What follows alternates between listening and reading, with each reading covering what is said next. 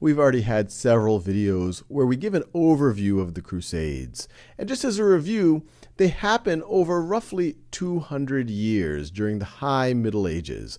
The first crusade at the very end of the 11th century, and actually the most successful of the Crusades, allowing the Western European powers to take control of Jerusalem and much of the Holy Land. And you could see that here on this diagram, where Jerusalem at least goes from green to red, controlled by the Western European, the Latin Christians. And they're able to maintain control through these Crusader kingdoms all the way until 1187, when Salah ad-Din is able to retake control of Jerusalem. Then a few decades later, as we go into the Sixth Crusade and the Barons' Crusade, which isn't depicted here, the Western Europeans are able to take more control, but eventually the Muslims take control of Jerusalem, and as we enter into the 14th century, they have control of the entire Holy Land. Now, while that is happening, Constantinople gets sacked at the end of the Fourth Crusade by the Crusaders themselves, and even though it's retaken, this is really the beginning of the end for the Byzantine Empire.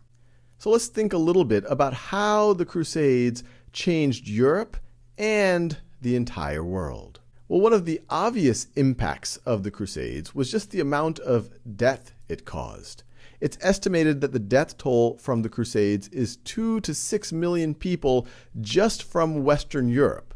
And just to put that into perspective, the European population at the time was about 60 to 70 million folks. So we're talking about 4 to 10% of the population dying in the Crusades. And this isn't fully accounting for all of the death and destruction that happened on the way to the Crusades, or that happened in the Middle East as well. If you look at this map of what the region looks like as we get into the 14th century, right over here, you can see that although the Middle East is still in control of the Muslims, Muslims have, for the most part, been pushed out of the Iberian Peninsula, and they have a little bit of a foothold right here in Granada. And this Reconquista is going to continue all the way until 1492, when what will be the Spanish are able to push out all of the Muslims from the Iberian Peninsula, and as they do that, they also expel the Jews. You also have territorial gains in the north of Europe. That's a little bit harder to see on this map over here. As I mentioned in previous video, part of this Crusader mentality was not just about taking land back for the Byzantines or taking land from the Muslims, but also trying to take land or convert what were perceived as pagans in the north, German tribes that had not as yet converted to Christianity. And so that helped for territorial expansion in the north of Europe. Now, a big theme in the Crusades was the power of the Pope.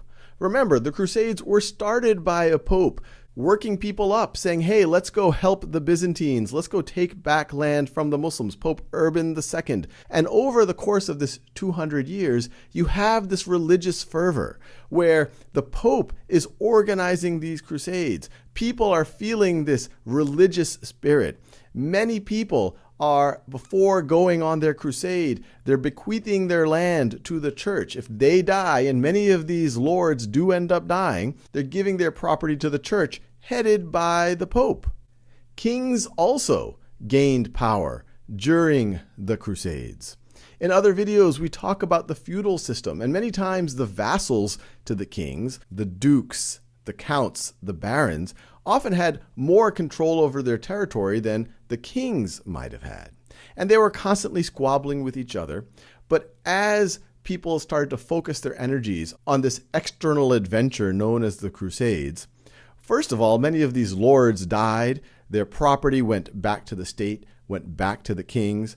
You start having less internal dissension. In a way, this idea that Pope Urban II thought of at the end of the 11th century, hey, why don't I point people externally so they stop worrying about what's going on internally, it kind of worked. Another trend is the importance of cities. In the feudal system, it's all about these manors and all about these estates. But in order to finance the Crusades, centers of trade and commerce became more important. And also, as there was more interaction between West and East and more people traveling, you can imagine that it fostered trade which centered at these cities. And that goes into the next point. commerce and trade itself was fostered by the Crusades. It wasn't all fighting. The Venetians and other trader city-states, they helped facilitate the movement of arms and people from west to east, but on the way back, they also brought goods to trade. And so they became much, much more powerful. In fact, by the end of the Crusades, as we get into the 14th century, Venice, which is right over here on our map, was considered the richest and most powerful city in Europe. Venice has all of this trader wealth, and it's not just from trade. As you might remember from previous videos, when Constantinople was sacked, it was sacked in part by these Venetian traders, and after that, they built an empire. They broke up the Byzantine Empire and took some of it for themselves.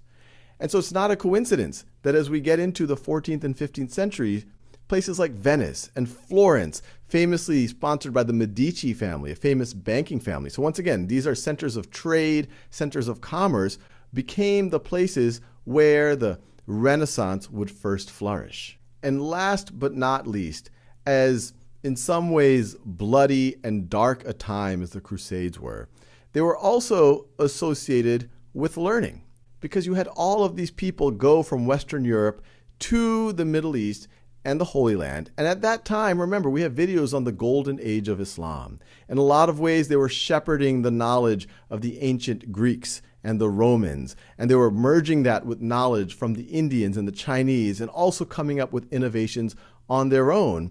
And a lot of the Western Europeans brought that back to Europe.